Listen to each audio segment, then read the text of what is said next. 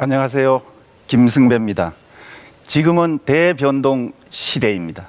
이 대변동 시대를 맞아서 공간 자산 부분에 있어서의 전략을 어떻게 꾸려가야 될지에 대해서 말씀을 드리도록 하겠습니다. 대변동 시대는 세상에 그 많은 변화가 일어나고 있습니다. 그 속에서 공간 자산의 현황과 지향점 말씀드리고 공간 산업의 혁신 그리고 트렌드 변화 거기에 맞는 공간 자산 전략에 대해서 말씀드리도록 하겠습니다. 1900년 뉴욕 맨하탄 5번가 부활절 축제 행렬에 자동차는 없었습니다. 말이 끄는 마차로 행렬이 진행되었습니다. 그로부터 13년 후 말과 마부는 다 사라지고 자동차가 그 자리를 대신했습니다. 기술 혁신이 일어나 창조적 파괴가 일어나는 것입니다. 세상은 굉장히 빠르게 바뀌어 왔습니다. 지금 세상은 더 빠르게 바뀌고 있습니다. 지금 세상은 자동차가 하늘을 나는 세상이 되었습니다. 올 연초 CES 2020에 선보인 현대자동차의 하늘을 나누는 자동차 PAV에 관한 영상을 보고 계십니다. 자율주행차로 스테이션에 온 손님들은 PAV를 타고 자기의 목적지를 향해 날아가도록 되는 그러한 세상이 지금 열리고 있습니다. 지금 대한민국은 인구 절벽을 걱정하고 있습니다. 현장 곳곳에서 펼쳐지고 있습니다. 학교 운동장이 이렇게 비어간다는 보도가 있었습니다. 1966년 충북 보은 삼산초등학교는 3,000명의 학생들이 운동장에서 체육활동을 했습니다. 2017년 180명으로 16분의 1로 줄어들었습니다. 이제 우리의 미래를 책임질 미래 세대는 어디 있는가 걱정이 많습니다. 그러나 2030년이 되면 그동안 사람이 했던 일들을 로봇 등 기계가 대신하고 그렇게 되는 세상이 열릴 것입니다. 이러한 현실에 대해서 우리는 어떻게 대처를 해야 할까요? 지금 현재 벌어지고 있는 디지털 물류 공유 경제도 세상을 바꾸고 있습니다. 음식 배달을 통해서 식사를 하고 식당에 가지 않아도 되는 것이죠.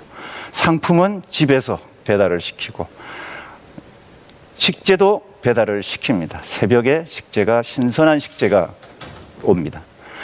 주거는 공유하고 정보도 공유하고 오피스도 공유하는 공유의 시대가 열리고 있습니다. 그런데 코비드-19 코로나가 갑자기 닥쳤습니다. 6월 말 현재 1,000만 명이고 지금 오늘 현재는 1,300만 명의 확진자가 세계에 나왔습니다. 거의 60만에 육박하는 사망자도 나왔습니다. 이러한 세상이 펼쳐지고 있습니다. 이 코로나는 각국별로 상황이 다 틀립니다. 영국처럼 점차 줄어드는 나라가 있는 반면에 미국처럼 줄어들다가 다시 급속히 늘어나는 나라도 있습니다. 중국, 베트남, 한국처럼 잘 관리되고 있는 나라도 있습니다. 미국 내에서도 각 주마다 상황은 달라지고 있습니다. 계속 줄어드는 주가 있는 반면에 늘어나고 있는 주가 또 있습니다. 지금 각국에서는 사망자는 상당히 줄어드는 수준으로 나타나고 있습니다. 이러한 코로나 사태는 세상을 완전히 바꿀 것으로 전망하고 있습니다. 그래서 이제는 모든 사람들은 생활 속에서 비대면을 통해서 일을 하고 소비도 안심 소비, 무인 소비를 지향하고 있습니다. 이러한 코로나 사태는 제4차 산업혁명이 진행되고 있는 과정에 덮쳐온 것이기 때문에 그 4차 산업혁명의 진행을 매우 빠르게 진행시키고 있습니다. 이러한 변화는 궁극적으로 공간 산업의 파괴와 변혁을 불러일으킬 거로 보여집니다. 재택 근무를 하는 많은 사람들이 집에서 근무를 하는 자세에 대한 자료입니다. 다양한 형태의 공간을 활용해서 근무를 하고 있습니다. 이러한 새로운 형태의 업무는 기존에 있는 주택 내부 공간을 변화시킬 겁니다. 2010년에 홍콩의 건축가는 10평 정도 남짓한 소형 아파트에 24가지 공간을 구현할 수 있는 아이디어를 냈습니다. 공간의 트랜스포밍이라고 말할 수 있겠습니다. 이러한 새로운 형태의 공간 수요는 또 다른 세상을 만들게 될 것입니다. 세상이 완전히 바뀌고 있습니다. 인구 절벽, 코비드-19, 디지털 물류, 공유경제, 기술혁신, 이러한 것들은 제4차 산업혁명이란 큰 흐름 속에서 창조적 파괴를 낳게 될 것입니다. 대변동의 시대가 2020년대라고 할 수 있겠습니다. 지금 이러한 속에서, 대변동 속에서 우리가 살고 있는 공간들은 공간 자산으로 이루어져 있습니다. 인류 역사는 끊임없는 공간 만들기의 역사였습니다. 주거 공간, 역사 문화 공간, 산업 공간 등 생활에 필요한 모든 활동들은 공간에서 일어나고, 이러한 공간의 집적체가 도시이며 시민의 모든 활동이 담아 있습니다. 우리가 사용하고 있는 총 공간의 면적, 건축 공간의 면적은 38억 6천만 스퀘어미터 됩니다. 2019년도 통계입니다. 1인당 20평 조금 넘는 74.5 스퀘어미터의 공간을 사용하고 있습니다. 그 중에 주거용이 47.1%입니다. 일본이나 미국의 경우에는 주거용이 3분의 2 가까이 됩니다. 최근 5년간 연평균 8,190만 스퀘어미터가 매년 증가하고 있습니다. 참고로 건축물 현황 통계를 보면 2015년 이후 인허가 착공 물량은 지속적으로 줄어들고 있지만 준공 물량은 2018년까지 늘어났고 19년, 2020년은 다소 줄어들 것으로 보여집니다. 지금 그러한 공간을 새로 짓기 위해서는 기존에 있는 건축물 공간을 허물고 짓는 경우가 많이 늘어나고 있습니다. 2019년 1,600만 스퀘어미터의 공간이 멸실이 되었습니다. 그래서 지금 최근에 지속적으로 공간은 늘어나고 있는 것입니다. 서울시 주거 공간을 분석해 보겠습니다. 서울시의 주거 공간은 총 3억 스퀘어미터 남짓 됩니다. 1인당 10평이 안 되는 9평 정도의 공간을, 주거 공간을 쓰고 있습니다. 그 중에 아파트, 연립, 다세대, 다가구 등 공동주택이 약 89% 정도의 면적을 차지하고 있습니다. 유형별로는 평균적으로 약 100스퀘어미터의 주거를 사용하고 있습니다.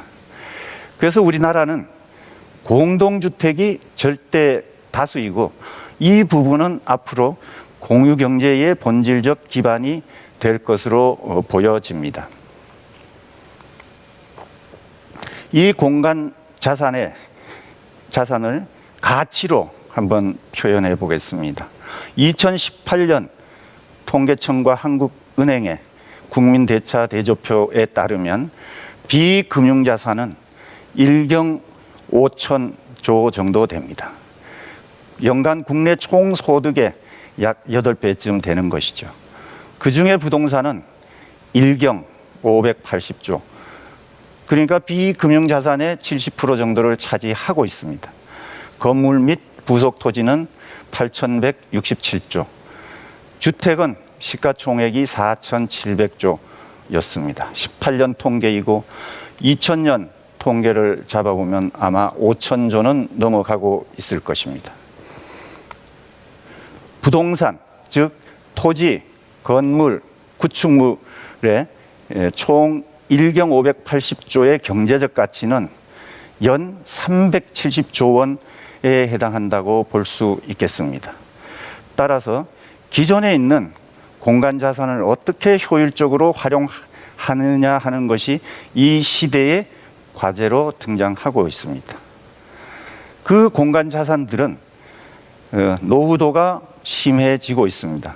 30년 이상 노후 건축물은 동수 기준으로 전국의 40%, 서울의 46.5%입니다. 주거용은 51.6%가 동수 기준 30년 이상 노후가 되어 있으며 연면적 기준으로 봐도 전국의 16%, 서울의 24.8%가 30년 이상 된 오래된 노후된 공간 자산이 되겠습니다. 그중에 주거용은 17%가 30년 이상 되어 있습니다. 이러한 얘기는 사회적 멸실이 점차 늘어날 것으로 전망되고 있습니다. 사회적 멸실이라 하면 공간은 있으되 사람들이 쓰지 않는, 비워놓는 공간을 말합니다. 그래서 이러한 사회적 멸실이 늘어나고 있는 시점에 공간 자산의 기능과 가치를 유지하기 위해서는 공간 재생이 필요하고 이러한 공간 재생 수요는 날로 확대될 것으로 전망됩니다. 참고로 경제 성장 추이하고 주거 공간 자산의 현황을 살펴보겠습니다.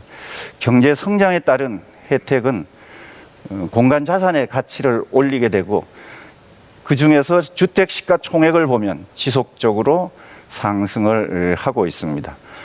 주택 시가총액은 2000년에 1,000조 수준에서 2018년에 4,700조까지 4배 이상 늘어난 것입니다. 지금 작년 기준 국민소득은 1인당 국민소득은 32,000불입니다. 그러한 수준에 있는데 지금 현재 우리가 사용하고 있는 아파트를 보면 준공 연도가 20년 이상 30년 가까이 된 아파트가 380만 호 가까이 있습니다. 이러한 오래된 노후화된 주택은 소비자들이 기피할 대상으로 바뀌고 새로운 공간으로 바꾸고자 하는 욕구가 점차 늘어날 것으로 보여집니다. 이러한 관점에서 우리 공간 자산의 지향점을 보겠습니다.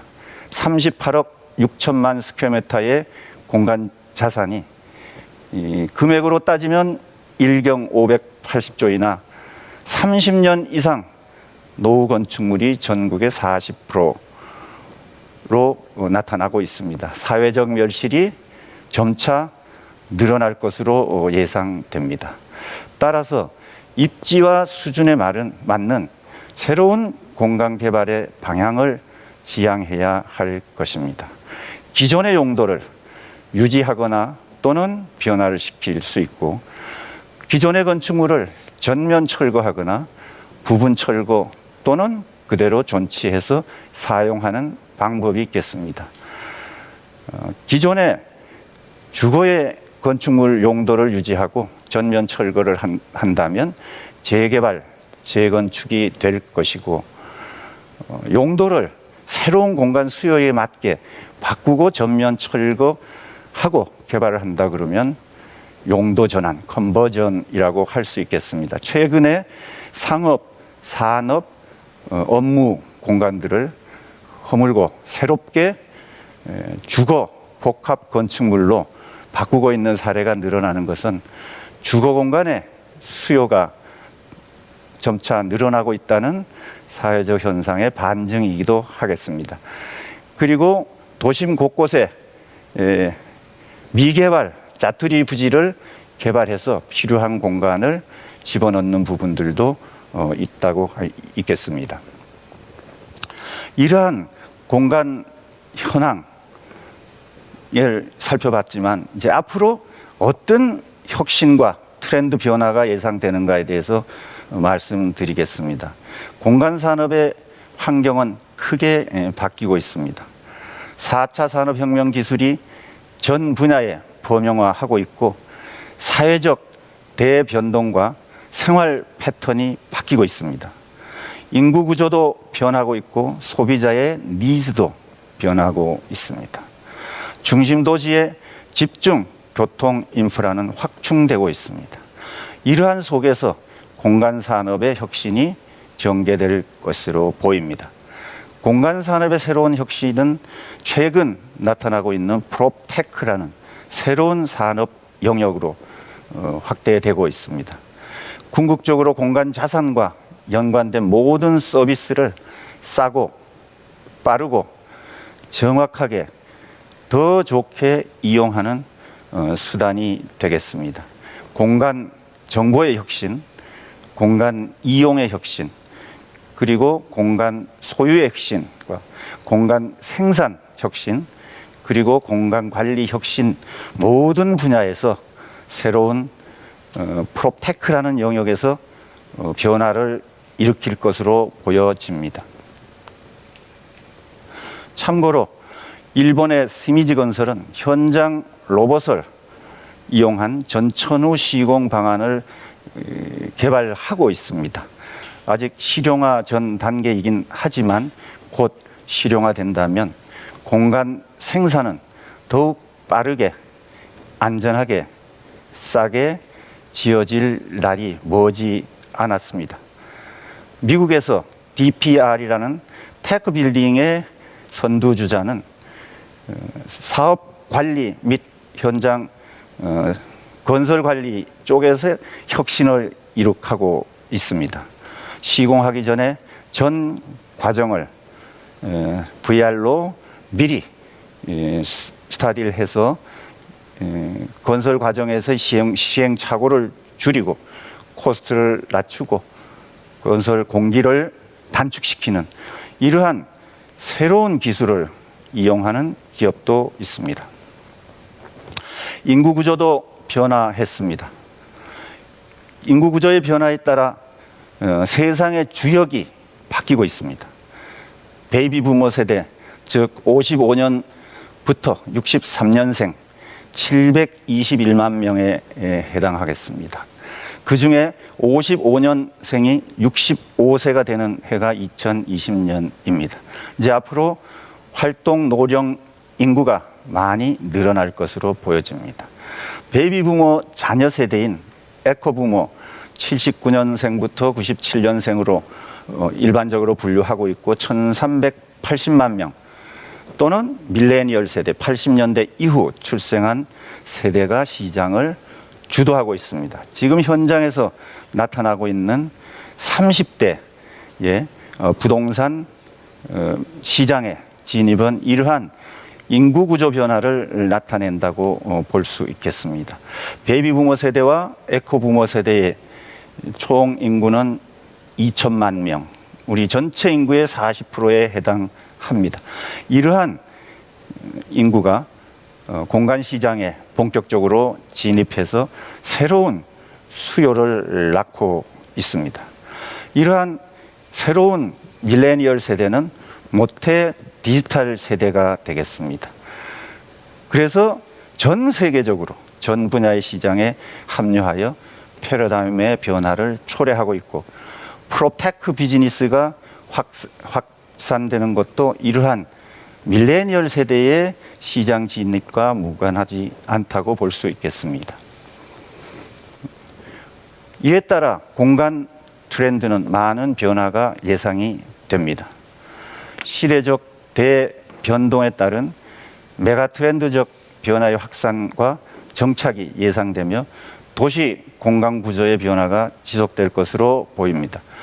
디지털 기술의 발전이 이끄는 모든 분야의 혁신이 급속도로 확산되어 공간 트렌드에 접목될 것으로 보여집니다. 이러한 변화는 슈퍼 앤 하이퍼라는 초초시대라는 현상으로 정리해 볼 수 있겠습니다. 초지능, 초융합, 초경계, 초양극화, 초연결 등 경계가 사라지는 것입니다. 이제 집에서 쇼핑을 하고 집에서 밥을 시켜 먹고 집에서 근무하고 집에서 수업을 하는 이러한 시대가 되었습니다. 그동안 전통적으로 주거 공간에서 일어났던 일들이 밖에서 일어나기도 하고 밖에서 일어났던 일들이 주거 공간 내에서 일어나기도 합니다. 위두 공유 경제 시대가 열리고 있습니다. 소셜라이징, 공유 경제, 스트리밍, 구독 경제 다양한 말로 얘기되고 있지만 본질은 공유 경제입니다. 위 워크, 위 립, 위 쿠, 위가 붙여지면 모든 비즈니스가 성립되고 있는 시대가 되었습니다. 이제 물류의 시대라고 봅니다. 낮밤이 없는 물류 시대가 열리고 있습니다. 새벽에 식자재 배달이 와서 아침 밥을 신선한 식자재로 지어 먹는 가정이 늘어나고 있습니다. 도시 자체가 전체가 물류의 인프라, 물류의 네트워크 속에 있다고 볼 수 있겠습니다. 두 번째 트렌드 변화는 사회적, 문화적 변화에 따라 개별 공간 기능과 공간 요소의 혁명적 변화가 초래될 것으로 보이고 새로운 공간 수요가 만들어질 것입니다. 인구구조 변화에 따른 다양한 공간 사용자의 등장, 그리고 공간 이용 행태의 변화가 공간 혁신을 유도하게 될 것입니다. 궁극적 만능 공간을 추구하는 그러한 트렌드가 보여집니다. 저희가 이름 붙이기를 all in room, 방 안에서 모든 게 일어나는. 최근에 재테크 근무한 사람들의 공간 니즈를 보면 기존의 방에서 일어났던 일과 다른 근무 환경이 마련돼야 되는 그러한 공간, 새로운 공간 수요가 일어나고 있고, 재택, 교육, 학습에서도 새로운 공간이 필요로 하게 됐습니다. 따라서 방에서 일어나는 다양한 활동들을 그 공간이 수용해야 되기 때문에 새로운 공간 수요를 낳게 될 것입니다. 따라서 기존 오래되고 전통적으로 써왔던 공간들은 사람이 찾지 않게 되고 새롭게 만들어진 공간으로 사람이 몰려드는 이러한 현상들이 벌어질 것으로 보입니다. 식문화도 바뀌게 될 것입니다. 전통적인 주방이 바뀌게 되고 수납의 기능이 줄어들게 되고 오히려 그 집에 다양한 사람들이 와서 함께 요리를 하며 즐기는 이러한 형태의 공간 이용도 나타날 것으로 보입니다. 이제 공간의 주인이 사람만이 아닙니다. 펫, 로봇, 외국인 등 새로운 공간의 주역들이 확대되고 있습니다. 따라서 지금까지 만들어왔던 공간에서 새로운 공간의 주역이 살아갈 수 있도록 한 배려가 필요한 새로운 공간 수요가 또 필요로 하게 될 것입니다. 세 번째 변화입니다. 코비드-19 사태를 전 인류가 체감하고 있습니다. 이 부분들은 경제사의 모든 면에서 대변혁이 확산될 것으로 보이며 그 방향이 어디까지 전개될지는 현재로서는 아무도 장담할 수 없습니다.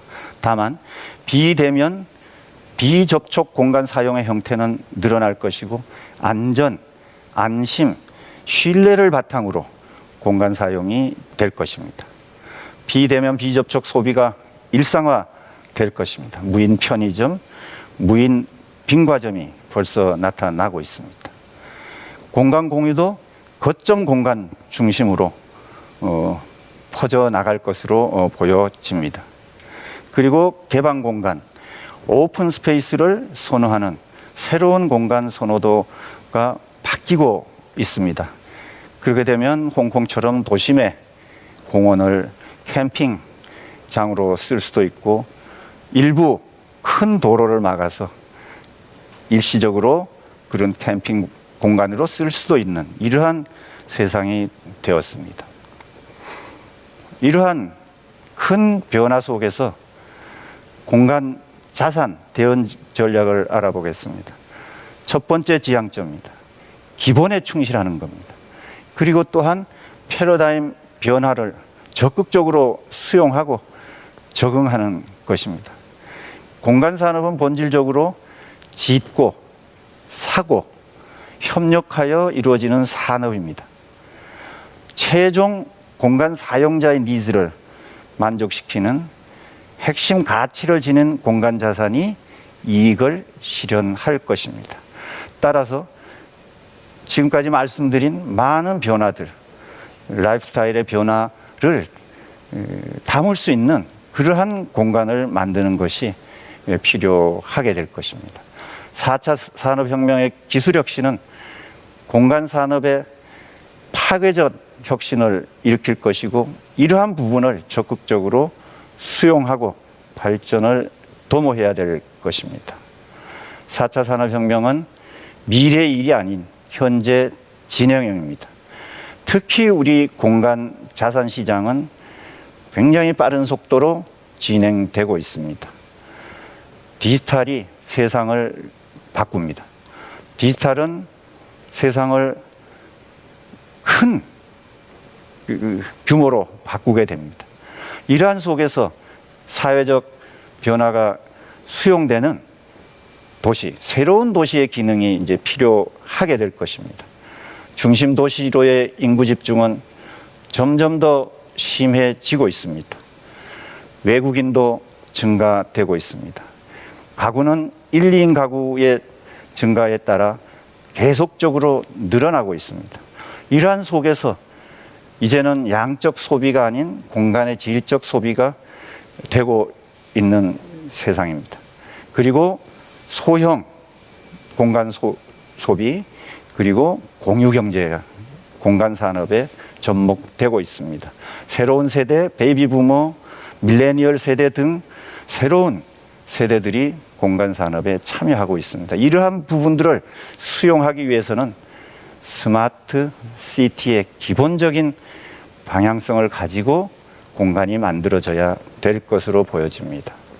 두 번째 지향점입니다. 공간 산업은 융합, 복합, 협력을 통해서 지속성을 확보해야 합니다.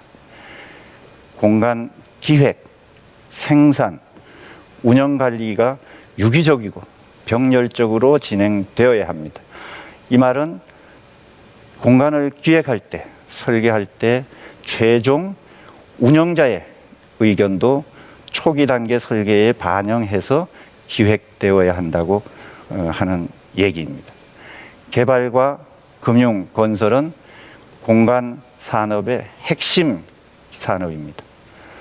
이러한 세 가지 기본적인 기능이 결합하면서 자산 운용 부분이 융합적으로 협력을 통해서 새로운 금융 구조 등을 접목해서 만들어져야 됩니다.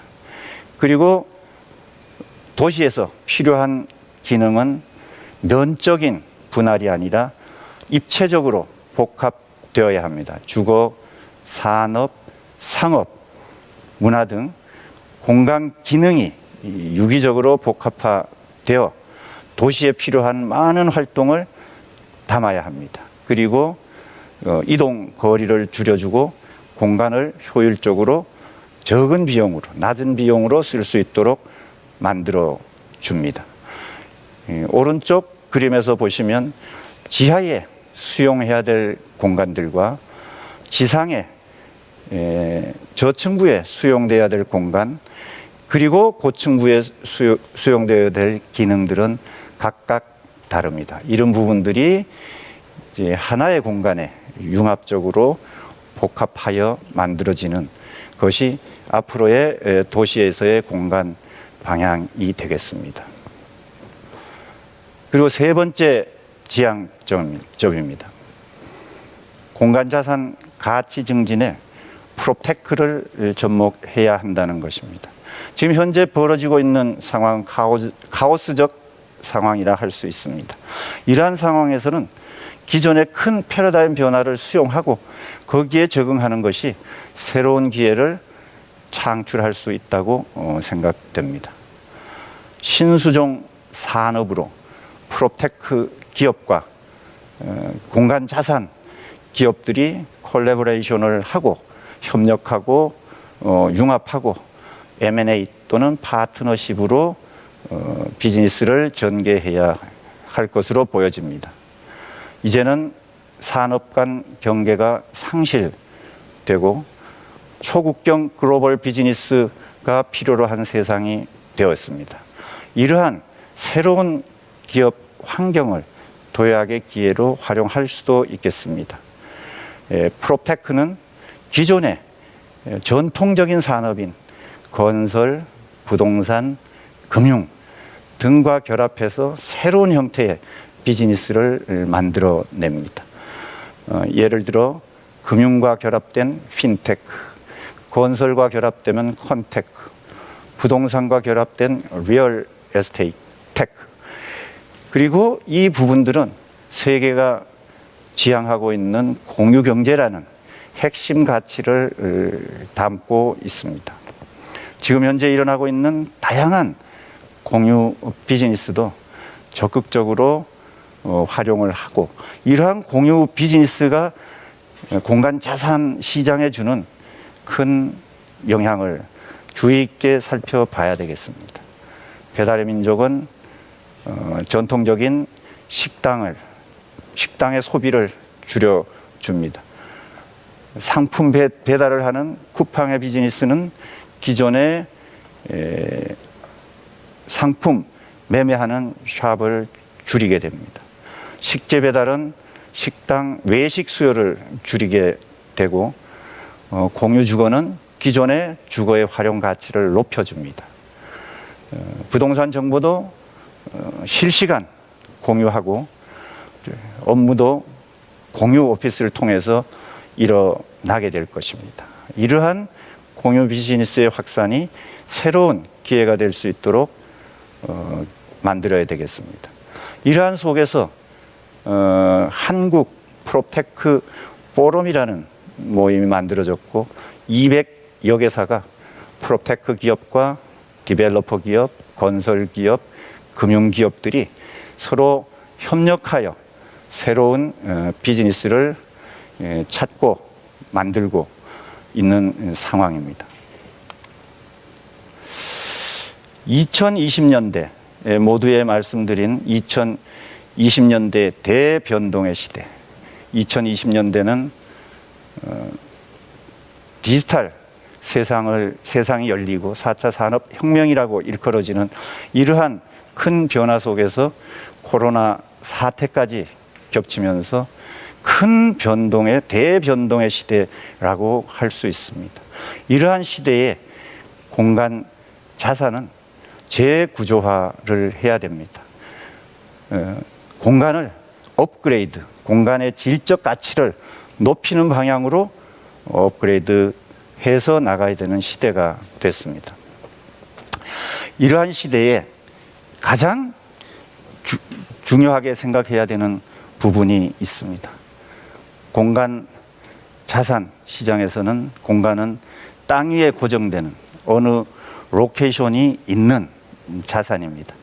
그래서 늘 제로 베이스라는 생각을 가지고 변화하는 시대의 흐름을 읽고 시대의 흐름에 적합한 공간이 되도록 공간이 만들어지고 공간이 사용되어지도록 해야 합니다. 그리고 현장 중심으로 사고해야 됩니다. 그리고 우리나라처럼 밀도가 높은 공간이 많은 이러한 곳에서는 늘 역발상을 통해서 새로운 공간, 수요에 맞는 공간을 만들어내야 합니다. 과거의 많은 경험들을 통해서 공간 수요를 예측해서 만들어냈을 때 그 공간이 수요를 초과하는 부분은 빈 공간으로 남을 수밖에 없습니다. 그래서 미래의 변화의 상황을 예측하고 많은 사람들의 바뀐 생각들을 읽고 거기에 맞는 공간을 만들 때 그 공간에 많은 사람이 다가와서 방문해서 이용하게 될 것입니다. 이러한 과정에서는 전문가와 함께 해야 됩니다. 전문가가 참여하는 일을 통해 가지고 새로운 가치를 만들어낼 수 있다고 생각을 합니다. 지금 엄청나게 큰 변화는 회오리 바람에 비유할 수 있습니다. 노자 도덕경 23장을 인용을 하면서 제 강연을 마칠까 합니다. 표풍 부종조, 회오리 바람은 아침 내내 불지 않고 취우 부종해, 소나기는 하루 종일 내리지 않는다고 했습니다. 지금 마치 회오리 바람이 불고 소나기가 쏟아지는 것과 같은 상황입니다. 특히 부동산으로 일컬어지는 공간 자산 시장은 더더욱 그러합니다. 그러한 속에서 우리가 미래의 방향을 잡고 지금 현재 일어난 여러 가지 문제에 대처를 해야 됩니다. 결국 이러한 회오리 바람 치고 소나기 내리는 이러한 사태는 결국은 끝이 있을 것입니다. 그 끝이 올 때까지 우리가 좀 더 지혜롭고 현명하게 대처를 해서 그 속에서 우리가 공간 자산을 지키는 것이 중요하다고 할 수 있겠습니다. 그런 의미에서 오늘 온라인 강연은 여기 많은 시청자 분들이 지혜를 얻고 공간 자산을 가치를 늘리는데 도움이 될 수 있는 소중한 강의가 되기를 바라겠습니다. 감사합니다.